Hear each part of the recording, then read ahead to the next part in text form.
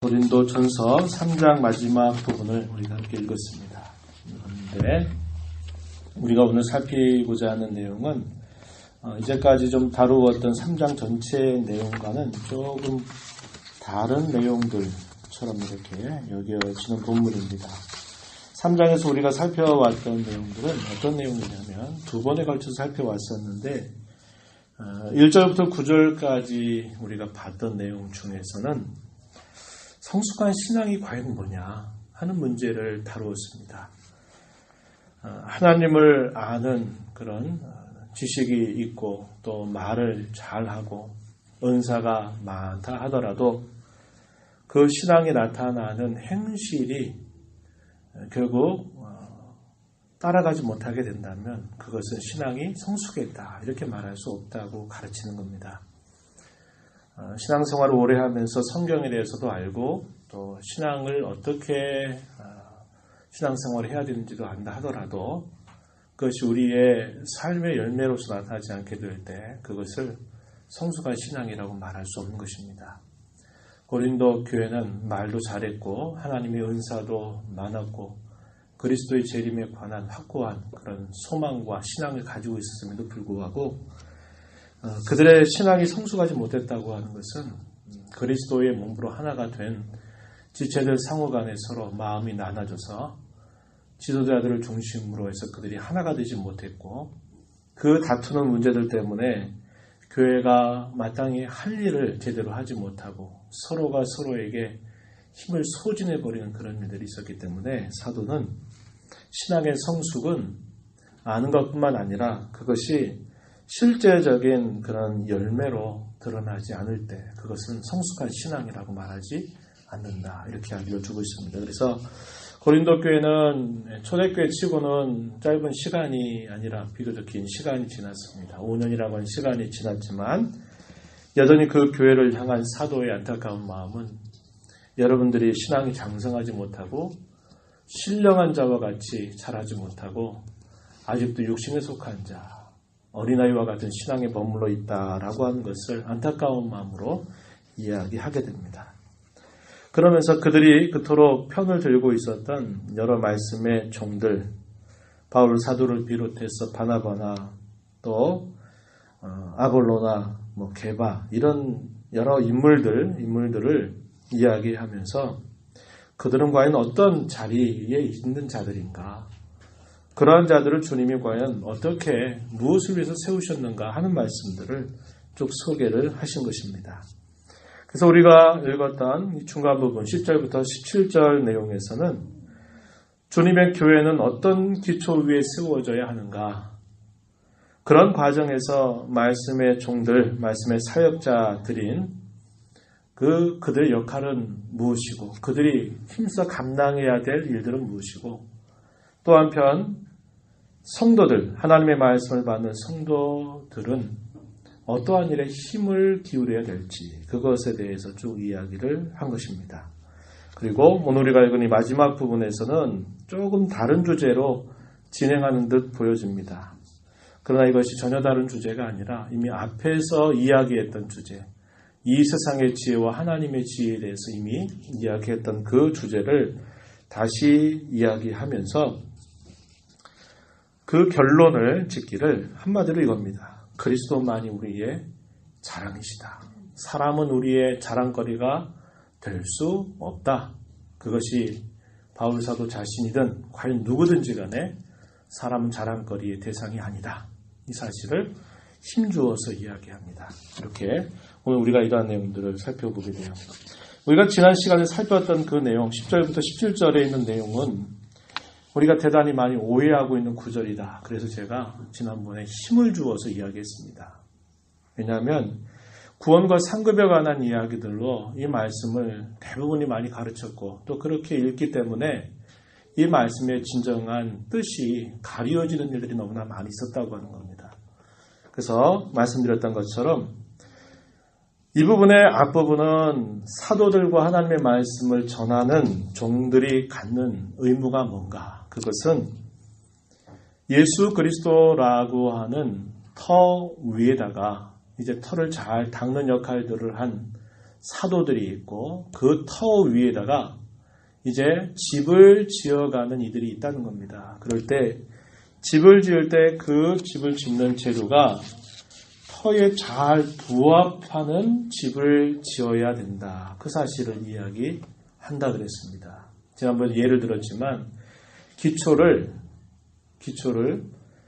오늘날처럼 20층 이상이나 고층 건물을 지을 수 있도록 기초를 아주 잘 튼튼하게 닦아놨는데 그 기초 위에다가 집을 세우는데 짚을 가져다가 초가지같이 집을 지어버린다면 이건 너무나 우스꽝스러운 일이 되는 것입니다.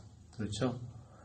예수 그리스도라고 하는 이 진리의 터 위에다가 사도들이 그 터를 잘 닦아서 거기에 하나님의 집을 든든하게 잘 세워가도록 이렇게 말씀의 종들을 세웠는데 그 말씀의 종들이 그 터와 그 기초에 잘 들어맞는 좋은 재료를 가지고 그 집을 튼튼하고 견고하게 지어야지 거기에 맞지 않는 터는 너무나 좋은데 거기다가 맞지 않는 초가나 집이나 이런 것들로 집을 짓는다면 그것은 너무나 우스꽝스러운 일이 된다. 이렇게 말하는 겁니다. 이러한 비유를 통해서 사도가 말하는 것은 뭐냐?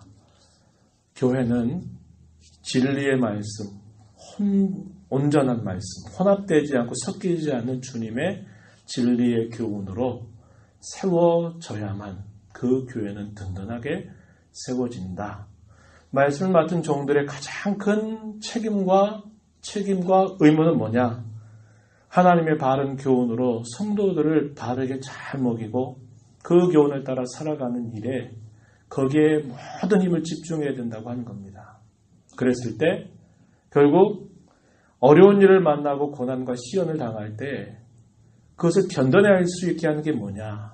그것이 바로 그들이 이 신앙의 집을 견고하게 말씀의 터 위에 세워져야 그것이 견고하다는 겁니다. 만약에 그렇지 못하다면 마치 불 가운데서 공적이 다 불타버리고 불 가운데서 그 터만 남아있는 꼴처럼 되고 말 것이다. 이렇게 이야기해서 하나님의 교회를 맡은 말씀의 종들은 무엇보다도 진리의 내용을 가지고서 견고하고 바르게 그것을 세우는 일에 집중해야 된다. 이것을 이야기했고요. 그렇다면 성도들은 어떤 역할들을 해야 되느냐? 성도들은 자신들이 바로 하나님의 거룩한 집인 줄을 알고 그 성전을 절대로 더럽혀서는 안 된다. 그 이야기를 하는 것입니다. 우리가 그 부분은 지난 시간에 시간 관계에서 많이 다루지는 못했는데 우리 본문 앞에 조금 가서 한번 보시죠. 16절, 17절 말씀이 그것을 말하는 겁니다. 너희는 고린도 교인들을 말합니다. 성도들을 말하죠. 앞에서 뭘 말했냐면 사도 자신을 포함해서 여기 소개되고 있는 아볼로라든지 다른 말씀의 종들의 책임은 이것이다. 여기 금이나 은이나 보석과 같은 그런 진리의 말씀을 가지고서 그 하나님의 집을 굳게 세워야 된다. 이것을 이야기했다면 너희는 고린도 교인들 말하죠. 하나님의 말씀을 받는 그 성도들에게 있어서 중요한 의무는 뭐냐?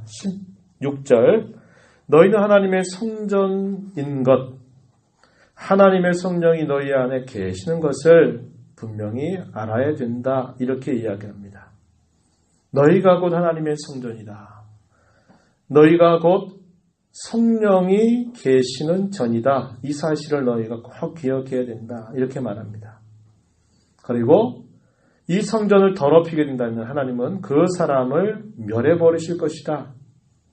왜요? 하나님의 성전은 거룩하고 그 성전으로 부름받은 고린도 교회 성도들도 곧 거룩한 자들이기 때문에 그 성전을 더럽히게 된다면 하나님께서는 멸하실 것이다 라고 이야기합니다. 약간 추상적으로 이야기하는 것처럼 보이는데 거기서 말하는 그 뜻이 무슨 뜻일까요? 그 뜻은 분쟁이라든지 다툼 그리고 잘못된 가르침, 거짓된 가르침으로 하나님의 교회를 파괴하는 그러한 행위를 뜻하고 있다라고 하는 것입니다. 다시 말하면 하나님의 집을 말씀으로 말씀의 종들이 잘 가르치고 그 말씀의 터 위에 잘 세울 때 그 터 위에 견고하게 서야 되지 그것에 서 있지 않는다면, 그 교훈과 다르게 행한다면, 그들이 지금 하고 있는 것처럼 서로 다투고 분쟁하고 있다면, 잘못된 가르침으로 그들이 서로 잘못된 길을 가고 있다면 하나님은 그들을 멸하실 것이다. 이렇게 이야기하고 있는 것입니다. 그래서 하나님의 말씀을 우리의 마음에 품고 살아가는 것이 얼마나 귀하고 얼마나 중요한 일인가 하는 것을 사도가 이 말씀을 통해서 강조해 주고 있는 겁니다. 그래서 말씀을 전하는 교역자들은 앞부분의 말씀을 대단히 주의 깊게 그 말씀을 읽어야 되고, 말씀을 받는 성도들은 이 다음의 부분을 잘 해야 된다는 겁니다. 그래서 하나님의 영이 거하시는 성령의 전인줄을 기억하고 그 말씀의 터 위에서 견고하게 자신들을 세워가야 될 의무가 있다는 것입니다. 여기로부터 벗어나지 않도록 해야 될 것을 이야기해 준 것입니다. 그리고 우리가 읽은 이 본문 속에서 이제 전혀 다른 주제를 이야기한 듯 하지만 이미 아까도 이야기한 것처럼 앞에서 말했던 지혜가 뭐냐, 참된 지혜가 뭐냐, 그리고 무엇을 자랑해야 되느냐 하는 문제를 이제 사도가 이야기하고 있습니다. 교회에서 말씀의 사역으로 섬기는 이들과 말씀을 받는 성도들의 관계나 그 의무를 말하고 난 다음에 사도는 이제 다른 주제로 그들의 주의를 환기시키는데요. 앞에서 말했던 내용을 다시 말하는 겁니다. 그렇다면 앞에서 말했던 내용이 뭘까요? 그것은 참 지혜가 과연 무엇이냐 하는 것이고, 참으로 자랑해야 할 대상이 과연 누구인가에 대해서 이야기하는 것입니다. 핵심적인 결론을 말씀드리면 참 지혜는 구원에 이르게 하는 지혜로서 예수 그리스도를 아는 것이고, 그것은 그리스도께서 주신 선물이기 때문에 오직 그리스도를, 그리고 그리스도를 보내주신 하나님을 자랑해야 된다라는 것을 말해주고 있습니다. 그래서 우리가 이 본문의 내용을 두 가지의 이야기로 말해볼 수 있는 거죠. 참 지혜가 과연 뭐냐, 그리고 참으로 자랑해야 될 게 뭐냐 하는 것을 이야기해 주는 겁니다. 이 세상의 지혜가 과연 무엇인가, 그 실상을 사도가 먼저 언급해 주고 있는데, 자, 본문 19절로 한번 가서 보시죠. 19절 20절 말씀을 보면은 이 세상의 지혜라고 말하는 것은 결과적으로 미련하고 헛되다라는 사실을 이야기합니다. 19절에 이 세상 지혜는 하나님께 어리석은 것이니 기록된 바 하나님은 지혜 있는 자들로 하여금 자기 꾀에 빠지게 하시는 이라 하였고, 20절 또 주께서 지혜 있는 자들의 생각을 헛것으로 아신다 하셨느니라. 두 구절을 인용했습니다. 그래서 앞에 있는 이 구절은 욥기서 5장 13절에 있는 말씀을 인용을 했습니다. 욥기서 5장 13절 이 말씀을 여러분들에게 잠시 제가 소개해 드릴게요. 13절에 보면 이런 말씀이에요. 지혜로운 자가 자기의 계략에 빠지게 하시며 간교한 자의 계략을 무너뜨리심으로, 이렇게 말합니다. 14절 이어서 좀 더 소개하면 그들은 낮에도 어둠을 만나고 대낮에도 더듬기를 밤과 같이 하느니라. 이 말씀을 사도가 인용해서 이렇게 표현한 겁니다. 하나님께서는 지혜 있는 자들로 하여금 자기 꾀에 빠지게 하셨다. 이렇게 설명을 해줍니다. 또한 그 뒷부분에 20절 말씀에서 표현하고 있는 내용 뭐라고 표현했습니까? 주께서 지혜 있는 자들의 생각을 헛것으로 아신다. 이 말을 인용한 것은 시편 94편 11절 말씀을 인용했습니다. 그리고 그 말씀을 어떻게 설명하느냐, 그 말씀을 소개해드리면요, 이렇게 말합니다. 시편 94편 11절에 여호와께서는 사람의 생각이 허무함을 아시느니라, 이렇게 표현했습니다. 이 말씀을 그렇게 인용한 것이에요. 지혜 있는 자들의 생각을 헛것으로 아신다, 이렇게 표현을 하였습니다. 사람의 생각이 허무하다는 겁니다. 사람이 가지고 있는 생각이나 지식이나 지혜라고 하는 것은 다 헛될 뿐이다 라고 이렇게 표현하고 있는 겁니다. 아마도 우리 사람이 말한 지혜 가운데 최고의 지혜는 이게 아닐까 싶어요. 여러분 이런 말 들어보셨죠? 자기가 얼마나 모르는지를 아는 게 지혜다. 여러분 이런 표현 들어보셨죠? 네가 얼마나 많은 것을 모르고 있는가를 아는 게 곧 너를 아는 것이고 이게 곧 지혜다. 이렇게 말하는 겁니다. 사람이 겸손해야 될 것을 이야기하는 거예요. 사람이 모든 것들을 다 알고 있는 것이냐 굉장한 교만을 품고 있어요. 오늘의 시에는 아마도 하늘을 찌르 듯한 그런 태도를 보이고 있는 겁니다. 어떤 문제를 다루냐면 영혼의 문제를 사람들이 다룹니다. 영혼. 옛날에는 그래도 이런 문제들을 그래 사람은 그저 몸만 있는 게 아니라 영혼이라는 게 있는가 보다 이렇게 생각을 했습니다. 그런데 오늘날 과학을 하는 사람들, 특별히 뇌 과학을 하는 사람들은 이 사람의 뇌를 아주 미세하게 쭉 이렇게 살펴보는 기술이 발전됐잖아요. 그죠? PET라고 하는 거, MRI라고 하는 거, 우리 혈액이 어떻게 움직이고 또 우리 몸에 우리 뇌에 어떤 생각을 하고 있을 때 뇌의 어느 부분이 아주 활발하게 움직이고 있는지 이런 것들을 사람들이 이제 이런 첨단 기구들을 통해서 그걸 쭉 스캐닝을 하는 겁니다. 그랬더니 사람이 종교적으로 심취하고 종교적으로 뭔가 즐거움을 누리고 있는 때는 뇌의 어느 부분이 굉장히 움직이고 있다는 거예요.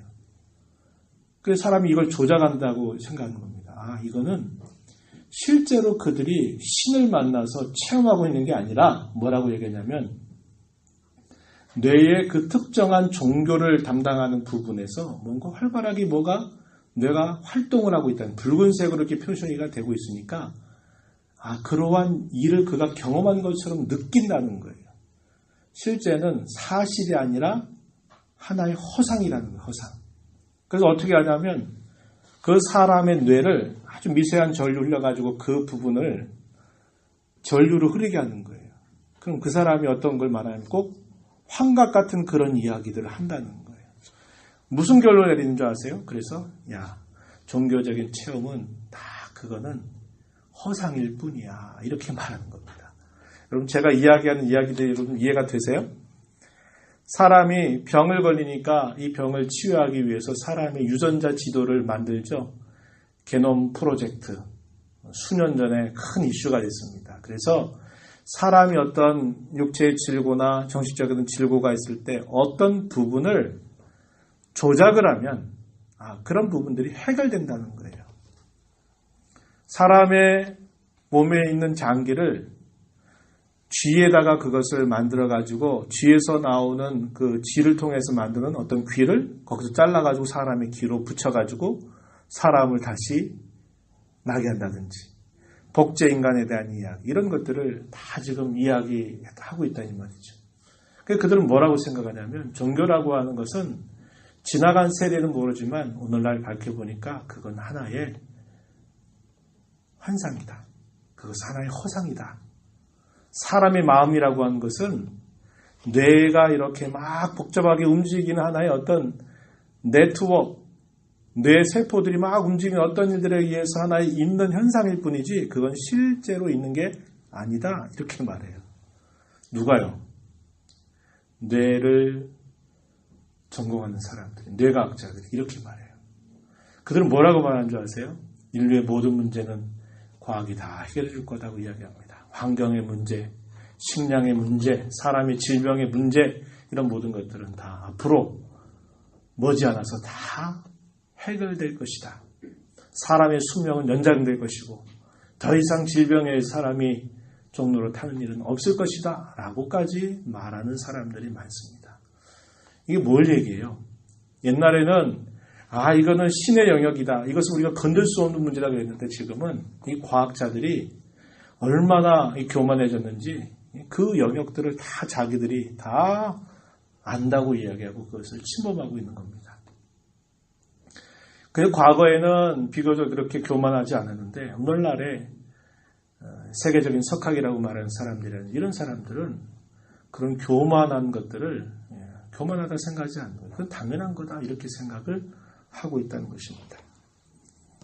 그런데 똑같은 그런 뇌과학을 하는 사람들의 또 한편의 부류들은 모른다, 모른다. 알 수 없다는 거예요. 한편에서는 이제 모든 끝이 다 드러났다. 사람도 우리가 만들 수 있고 복제할 수 있고 사람의 영혼이라고 하는 건 존재하지도 않고 내세? 그런 거 다 필요 없다. 이렇게 이제 말하는가 하면 또 한편의 석학들은 겸손한 겁니다. 왜 그게 그렇게 됐는지를 우리가 알 수가 없다. 아무리 그것은 과학의 발전이 되고 아무리 첨단 기기들이 만들어져도 알 수 없다는 겁니다. 그렇게 겸손을 취하던 사람이 있는가 하면 하늘을 찌를 듯한 교만을 가지고서 하나님을 아주 가짠게 여기는 그런 사람들이 많다는 거예요. 그러한 영향들이 그들에게만 있는 게 아니라 매스컴을 통해서 오늘날 믿는 사람이나 믿지 않는 사람에게 다 이런 영향들이 때로는 직접적으로 때로는 간접적으로 이런 영향들이 미치게 되면서 오늘날처럼 이런 불신의 이런 세계가 예전에 없을 만큼 참 어려운 시대를 우리가 살아가고 있는 것입니다. 그렇게 교만하다는 거예요. 교만한. 그래서 옛날에 아까도 이야기한 것처럼 사람이 말할 수 있는 최고의 지혜는 뭐냐? 자기가 얼마나 모르는가를 아는 것. 나는 모른다 하는 것을 정확하게 아는 것이 진짜 사람이 가질 수 있는 지혜다. 이렇게 말할 수 있을 거라는 겁니다. 하나님은 사람의 생각이 허무하다고 말씀하시고 하나님은 사람의 지혜는 미련한 것이다 라고 결론지어서 말씀을 해주고 계십니다. 그래서 사도는 이렇게 말합니다. 스스로 속지 말아라 이렇게 이야기합니다. 차라리 이 세상의 지혜에 대해서 너희가 미련한 자가 되라 이렇게 말하는 겁니다. 고린도서 3장 18절 말씀 한번 가서 보시죠. 이렇게 말했어요. 아무도 자신을 속이지 말라. 너희 중에 누구든지 이 세상에서 지혜 있는 줄로 생각하거든 어리석은 자가 되라. 그리하여야 지혜로운 자가 되리라. 이렇게 말합니다. 아무도 자신을 속이지 말라. 속지 말라는 겁니다. 이제 모든 게 다 끝났다. 모든 게 다 드러났다. 우린 영원히 살 수 있고 질병의 노예로부터 벗어날 수 있고 사람의 영혼이라고 하는 건 하나의 허상에 지나지 않고 사람의 마음도 실제로 있는 게 아니라 뇌의 한 현상에 불과하다. 이렇게 말하면서 그렇게 모든 것들을 다 부인해버리는 그런 사람들 가운데 살고 있는 것입니다. 그래서 말합니다. 속지 말아라. 이렇게 말하는 거예요. 속지 말아라. 이 세상의 지혜에 대해서 너희가 차라리 미련한 자가 되라고 말합니다. 그래야만 참 지혜자가 될 수 있다. 이렇게 말해주고 있어요. 18절에 읽은 것처럼 그리하여야 지혜로운 자가 되리라. 이렇게 말하고 있는 것입니다. 참 지혜를 얻기 위해서는 이 세상의 지혜에 대해서 어쩌면 미련한 자가 되어야 된다. 이렇게 말을 하고 나서 이제 사도는 말하기를 결론적으로 사람을 자랑하지 말라라고 당부하고 있습니다. 21절 가서 보세요. 그런즉 누구든지 사람을 자랑하지 말라 이렇게 표현했습니다. 그 이유는 만물이 다 그들의 것이기 때문이라고 이야기합니다. 21절 계속 이어진 말씀 보세요. 만물이 모든 것들이 다 너희 것이기 때문에 누구든지 사람을 자랑하지 말라라고 이렇게 이야기합니다. 이 자랑의 문제는 앞에서 사도가 심각하게 다루었던 문제였잖아요. 누구를 자랑하는 겁니까? 겉으로는 바울 사도를 자랑하고 겉으로는 베드로를 자랑하고 겉으로는 아볼로를 자랑하는 것 같은데 실제적으로 그 마음속에는 뭐를 자랑하고 있는 거예요? 자기를 자랑하는 겁니다. 자기 자랑을 하고 있는 거예요. 그런데 그렇게 표현할 수 없으니까 빗대어서 표현하는 거예요. 자기의 교만을 감추고 사도들의 이름을 들먹거리고 아볼로의 이름을 들먹거리면서 그들이 훌륭한 지도자다. 난 그들의 지도들을 받았다. 그러면서 서로가 끼리끼리 모여가지고 계속 불협화음을 나타내고 있는 그런 모습을 보여주고 있는 겁니다. 자랑을 잘못하고 있기 때문에 결국 분열의 문제가 계속적으로 해결이 안 되고 이 분열이 계속 이루어지고 있는 것을 사도는 알고 있었던 것이에요. 그래서 사도는 말하는 겁니다. 이 세상의 지혜를 가졌다고, 세상의 지식을 가졌다고, 자기가 뛰어나다고 자랑하는 그러한 자랑을 하지 말고, 오직 그 어느 누구 자랑하지 말고 오직 그리스도만을 자랑하라고 가르쳐 주고 있습니다. 그들이 편들고 있는 말씀의 사역자들, 바울 사도와 게바나 아볼로와 같은 그런 사람들 뿐만 아니라 모든 것들이 거기에 다 포함된다고 말하면서 그들을 자랑하지 말라고 이야기합니다. 만물이 다 너희들의 것이다. 이렇게 말하고 있어요. 22절 말씀. 바울이나 아볼로나 게바나 세계나 생명이나 사망이나 지금 것이나 장래 것이나 다 너희의 것이다. 이렇게 말합니다. 이 말씀이 좀 이해하기가 어렵죠. 너희의 것이다. 이렇게 표현하고 있는데 다른 말로 말하면 너희를 위한 것이다. 라고 말하는 겁니다. 바울 사도가 왜 그들에게 있어야만 됐을까요? 베드로 사도가 왜 그들에게 영향을 주어야만 했을까요? 아볼로가 왜 그들의 곁에서 말씀을 가르치고 지도해야만 됐을까요? 무엇을 위한 것이었을까요? 주님이 그들을 보내셨잖아요. 왜 보내셨을까요? 누구를 위해서? 그들을 위해서 보내신 거죠. 다르게 말하면 오늘날 말씀의 종들이 누구를 위해서 있는 겁니까? 성도들을 위해서 있는 겁니다. 그 말을 이렇게 표현한 거예요. 다 너희들의 것이다. 너희를 위한 것이다. 이렇게 말한 거예요. 왜 하나님께서 말씀의 종들, 교역자들을 성도들에게 왜 보내시고 왜 세우실까요? 그들이 진정한 하나님의 집으로 세우는 데 도움이 되도록 그들을 위해서, 그들의 영적인 유익을 위해서 주님이 보내주신 종들이라고 하는 겁니다. 그런 의미예요. 또 보세요. 하나님께서 우리가 살아가는 동안에 우리의 삶의 주변에 많은 일들이 일어나잖아요. 어떤 때로는 큰 일 같은 게 일어나기도 하고 때로는 작은 그런 사소한 일들이 일어나기도 하고 어떤 건 참 중요하다고 생각되는 일도 있는가 하면 어떤 거는 그런 것 같지 않다 여기는 그런 일들이 우리의 인생사 속에서 끊임없이 일어나잖아요. 그렇죠? 하나님이 그 일들을 여러분 자신에게 그러한 일들을 허락지 않는다면 그런 일들이 오지 않는 겁니다. 왜 허락하실까요? 무엇을 위해서 그럴까요? 여러분의 신앙을 유익을 위해서 그런 겁니다. 이게 하나님의 약속이에요. 하나님께서 만물을 여러분들에게 경험하게 하시는 것. 인생 속에서 크고 작은 일들, 즐거운 일들, 또 슬픈 일들, 모든 일들을 겪게 하시는 이유가 뭐겠어요? 여러분들을 하나님의 사람으로 만드시기 위해서 그렇게 하신다는 거예요. 누구를 위해서? 여러분을 하나님의 존귀한 자녀로 세우실 그 목적을 가지고 하나님이 모든 것들을 다 도구로 쓰시는 거예요. 도구. 말씀의 종들도 도구로 쓰는 겁니다. 여러분들의 신앙의 유익을 위해서. 여러분의 인생 속에 겪는 고난이나 아픔이나 즐거움이나 이 모든 일들도 여러분의 신앙의 유익을 위해서 하나님이 이끌고 계시다는 거예요. 이게 성도를 향한 하나님의 섭리의 오묘함입니다. 모든 것을 합력해서 선을 이루게 하시는 하나님의 역사가 우리 모두에게 약속되고 있는 것이에요. 여기서 말하는 만물이 다 너희 것이다 이 말은 그겁니다. 너희 마음대로 아무나 해도 좋다 이걸 말하는 게 아니라 말씀의 종들을 너희 가운데 보낸 것도 너희들의 신앙의 유익을 위해서고 인생 가운데서 겪는 다양한 모든 일들을 하나님이 허락하시는 것도 너희가 신앙으로 바르게 서기 위해서 하나님의 자녀답게 서기 위해서 하나님이 너희를 위한 도구로 쓰시는 일이다. 이걸 두고 만물이 다 너희의 것이다. 이렇게 말하면서 뭐라고 말해요? 바울이나 아볼로도 그렇고 게바도 그러하다. 세계도 그렇고 생명도 사망도 그렇고 현재에 있는 것 그리고 앞으로 있게 될 일들도 다 너희의 것이다 라고 말했어요. 너희를 위해서 하나님이 이렇게 하시겠다고 이야기하는 겁니다. 이처럼 놀라운 약속이 있어요?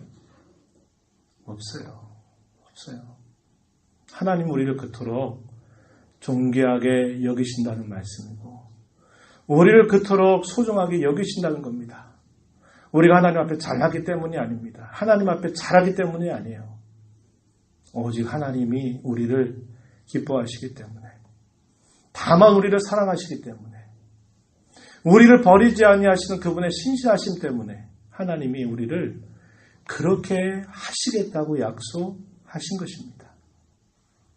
이런 놀라운 약속이 어디에서 주어지겠어요? 성경이 우리에게 가르쳐주고 있는 것입니다. 하나님 우리에게 약속하고 있는 사실이라고 하는 거예요. 그러니 뭐 하지 말라는 거예요? 사람 자랑하지 말라는 거예요. 만물 중에 어느 걸 하나 가졌다고 그거 자랑하지 말라는 거예요. 난 남들보다 더 배웠으니까 배움이 있어서 나는 잘났어. 그렇게 자랑할 필요가 없다는 거예요. 말씀의 종들을 편을 갈라가지고 누군 어떻고 그런 것 가지고 마음 빼앗기지 말라는 거예요. 다 하나님이 너희의 유익을 위해서 세운 종들에 불과하다는 거예요. 너희의 유익을 위해서. 사람이 지혜를 가지고 있든지 돈을 가지고 있든지 건강을 가지고 있든지 그 모든 것들도 너희를 위해서 주신 수단이니까 거기에 마치 뭐가 있는 것이냐, 그것이 마치 목적인 것이냐, 거기에 마음 빼앗겨서 그거 자랑하고 다니지 말라는 거예요. 한 생명이 천하보다 귀하다 하신 주님의 말씀을 우리가 떠올릴 수 있는 것이죠. 그렇기 때문에 그러한 것을 자랑하지 말라는 거예요. 우리가 자랑해야 될 것 뭘까요? 마지막 절에 보세요. 너희는 그리스도의 것이요 그리스도는 하나님의 것이다. 이것을 자랑하라는 거예요. 너희가 그리스도의 것이다 이 말은 그리스도께서 너희를 소유하고 있다는 거죠. 내가 주님께 속해 있다는 거예요. 내가 살아있을 때도 주님께 속하고 내가 이 땅에서 육신의 장막을 벗고 죽을 때도 내가 그리스도에게 속하고 내가 즐거울 때도 그리스도에게 속하고 내가 슬플 가운데도 그리스도에게 속하고 내가 무슨 일을 만나도 그리스도에게 속해 있다고 하는 이 사실을 자랑하라는 거예요. 우리의 진정한 위로의 원천이 바로 여기에 있습니다. 내가 살아도 주께 속해 있고 내가 죽어도 주께 속해 있고 내가 어떤 일을 만나도 주께 속해 있다는 거예요. 그분이 나를 그분의 소유로 삼고 있기 때문에 이것이 우리의 자랑거리가 되어야 된다는 거예요. 1장으로 한번 가볼까요? 1장의 후반부를 한번 보시죠. 1장 29절 말씀부터 31절까지 우리 한번 말씀을 같이 한 목소리로 읽어보겠습니다. 고린도전서 1장 29절부터 31절까지 함께 읽어보겠습니다. 시작. 이는 아무 육체도 하나님 앞에서 자랑하지 못하게 하려 하심이라. 너희는 하나님으로부터 나서 그리스도 예수 안에 있고 예수는 하나님으로부터 나와서 우리에게 지혜와 의로움과 거룩함과 구원함이 되셨으니 기록된 바 자랑하는 자는 주 안에서 자랑하라 함과 같게 하려 함이라. 아멘. 아무 육체도 하나님 앞에 자랑하지 못하게 하려 하시려고 너희를 부름받을 수 없는 처지에 있는 너희를 하나님이 다 부르셨다는 겁니다. 이렇게 부르시면서 무엇을 위해서? 더 이상 사람을 자랑하거나 다른 어떤 것들을 자랑하지 말고 우리를 불러서 그분의 소유로 삼아주신 그리스도만을 자랑하게 할 목적으로 그렇게 하셨다고 이야기하는 겁니다. 예수님이 우리에게 어떠한 역할을 하신다고 이야기했습니까? 30절에 우리에게 참 지혜가 되신다. 그분은 우리의 의로움이 되신다. 그분은 우리의 거룩함이 되시고 우리의 구원함이 되신다. 그리스도는 우리의 모든 것이 되시는 겁니다. 그 그리스도만을 자랑하라는 거예요. 사도가 이걸 통해서 결국 말하는 것이 뭡니까? 참된 지혜는 이 세상의 지혜와 전혀 다르다는 거죠. 참된 지혜는 예수님을 아는 것이고 그분을 품는 것이고 거기에 참 지혜가 있다는 겁니다. 그러니 세상을 자랑하지 말고 자기가 무엇을 가지고 있다고 자랑하지 말고 사람을 높이지 말고 오직 이 모든 것들을 주시는 그리스도를 높이고 자랑하라는 거예요. 이 일이 잘 되면 분열의 문제가 다 해결되게 돼 있어요. 다툼의 문제가 해결되게 있다는 겁니다. 왜 다투고 왜 분열합니까? 내가 잘났다고. 내가 뭔가를 가지고 있다고, 내가 낫다고 이런 생각들 때문에 끊임없이 이런 분열과 다툼이 일어나는 거예요. 바울 사도가 최고라고 말하고 베드로 사도가 최고라고 말하고 아볼로가 최고라고 말하면서 그들이 계속적인 이런 다툼의 문제를 가지고 교회가 하나 되지 못하고 교회가 하나가 돼서 감당해야 할 일들을 감당하지 못하고 스스로 다퉈서 스스로 힘을 쫙쫙 빼버리는 그러한 일들을 하고 있기 때문에 바울 사도는 아니다. 우리가 있는 것도 여러분의 신앙의 유익을 위해서 있는 것이고 하나님께서 여러분의 인생 가운데 모든 것들도 여러분이 하나님의 사람답게 서가기 위한 목적으로 주신 것이니 사역자들 자랑하지 말고 그 어떤 것 가지고 있다 없다 그래서 그런 것에 목숨 걸지 말고 오직 그리스도만을 자랑하고 그분을 우리에게 보내주신 하나님만을 자랑하라고 가르쳐 주고 있는 겁니다. 거기에 진정한 문제의 해결이 있음을 아주 강한 소리로 우리에게 깨우쳐주고 있는 것이죠. 여러분 이 사실을 꼭 기억해야만 됩니다. 우리의 자랑은 오직 예수 그리스도 외에는 아무것도 없어요. 자랑한다, 높인다 이 말을 다른 말로 바꾸면 찬양한다, 송축한다, 찬송한다 이 뜻입니다. 우리가 하나님을 찬양하는 것은 다른 말로 말하면 하나님만을 자랑하는 거예요. 그분만을 높이는 겁니다.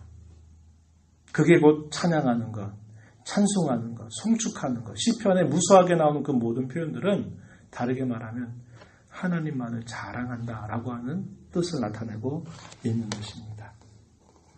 여러분 오늘 우리가 이 말씀을 통해서 꼭 기억하십시다. 하나님만이 우리의 진정한 자랑거리임을 기억하고 우리의 모든 자랑들을 다 폐기 처분해야 합니다. 그런 마음들이 생길 때마다 빨리빨리 돌이키셔야 돼요. 그런 마음을 가지면서 하나님 앞에 참된 겸손을 배우고 그리스도만을 존귀하게 하는 우리 모두가 되기를 바라고요. 또 한 가지 교역자들을 여러분 어떻게 생각해야 됩니까? 여러분의 신앙의 유익을 위해서 있다고 꼭 생각하세요. 여러분 각자의 신앙의 유익을 위해서 교역자들을 여러분들이 선하게 많이 사용하세요. 많이 사용하십시오. 교역자들을 괴롭히거나 염려스럽게 생각하지 않도록 하십시오. 여러분 자신을 생각할 때마다 기쁨이 되는 것보다 염려스럽고 또 저렇게 하면 또 어려움에 빠지는데 또 힘들 텐데 왜 저럴까? 이런 생각이 들지 않도록 여러분들이 그런 마음을 가져야 되겠고 여러분의 신앙의 유익을 위해서 부지런히 사용하세요. 좋은 일에 사용하세요. 누구를요? 교역자들을. 사용하세요. 하나님이 왜 이 교역자들을 여러분들 앞에 세우셨을까요? 여러분의 신앙의 유익을 위해서 세운 겁니다. 여러분에게 도움이 되라고 세운 거예요. 여러분에게 군림하라고 세운 거 아니에요. 여러분에게 신앙의 유익이 돼서 여러분들이 참된 하나님의 집으로 건강하게 지어져 가도록 하나님 여러분들을 위해서 보내주신 종들이 바로 교역자들입니다. 여러분들이 기도를 부탁하시든지 말씀을 가르쳐 달라고 하든지 어떤 말씀을 읽었는데 이해가 안 되다면 이게 무슨 뜻이냐고 많이 물어보세요. 괴롭히세요. 이건 괴롭히는 게 아닙니다. 신방이 필요한 신방을 요청하세요. 여러분들이 충분히 요청할 수 있고 할 수 있는 권리입니다. 여러분들이 신앙에 어려움이 있을 때 상담을 요청하세요. 이런 건 어려워할 필요가 없는 겁니다. 여러분의 신앙의 유익을 위해서 하나님이 세우신 종들이 교육자들이에요. 여러분들이 여러분을 위해서 하나님이 보내주신 자들이다. 이렇게 생각하면서 말씀을 맡았기에 존중히 여기는 태도를 갖는 것은 좋은 자세지만 여러분들이 번거롭게 한다 그래서 하나님이 여러분 자신의 신앙의 유익을 위해서 하나님이 보내주셨는데 그런 면에서 여러분들이 활용하지도 않고 부탁도 하지 않고 요청하지도 않고 그렇게 된다면 안타까운 일이 되지 않겠습니까? 여러분들의 신앙의 유익을 위해서 교육자들을 번거롭게 하십시오. 선한 일을 위해서 많이 사용하세요. 왜? 여러분들을 위해서 보내주셨기 때문입니다. 그래서 어찌하든지 여러분 각자에게, 우리 모두에게 신앙의 참 유익이 되기를 진심으로 바랍니다. 하나님 아버지 감사합니다. 오늘도 저희들을 주 앞에 불러주셔서 계속적으로 주의 말씀을 또 살펴가면서 하나님 우리에게 뭘 원하시는지 또 귀를 기울이게 해주심을 감사합니다. 이 세상의 지혜를 차라리 미련하게 여기고 참된 지혜를 얻기 위해서 오히려 이 세상의 지혜를 버릴 것을 말씀하십니다. 우리가 이 땅에서 얻을 수 있는 참된 지혜는 우리의 구원이 되시는 예수 그리스도를 알아가는 것이고 주님을 붙잡는 것임을 우리에게 깨우쳐 주셨습니다. 그러한 주님께서 우리의 유익을 위해서 말씀의 종들도 보내주시고 우리 인생 가운데 만나는 크고 다양한 많은 일들도 겪게 하시면서 우리를 하나님의 사람으로 빚어가시는 주님의 귀한 약속을 오늘 우리가 살펴보았습니다. 이 땅에 사는 동안 모든 것을 합력하여 선을 이루어 가신 하나님의 귀한 손길을 믿음으로 바라보고 이 땅에서 우리의 신앙을 건실하게 잘 세워갈 수 있는 우리 복된 성도들, 교회가 되도록 인도해 주시옵소서. 예수님 이름으로 기도하옵나이다. 아멘.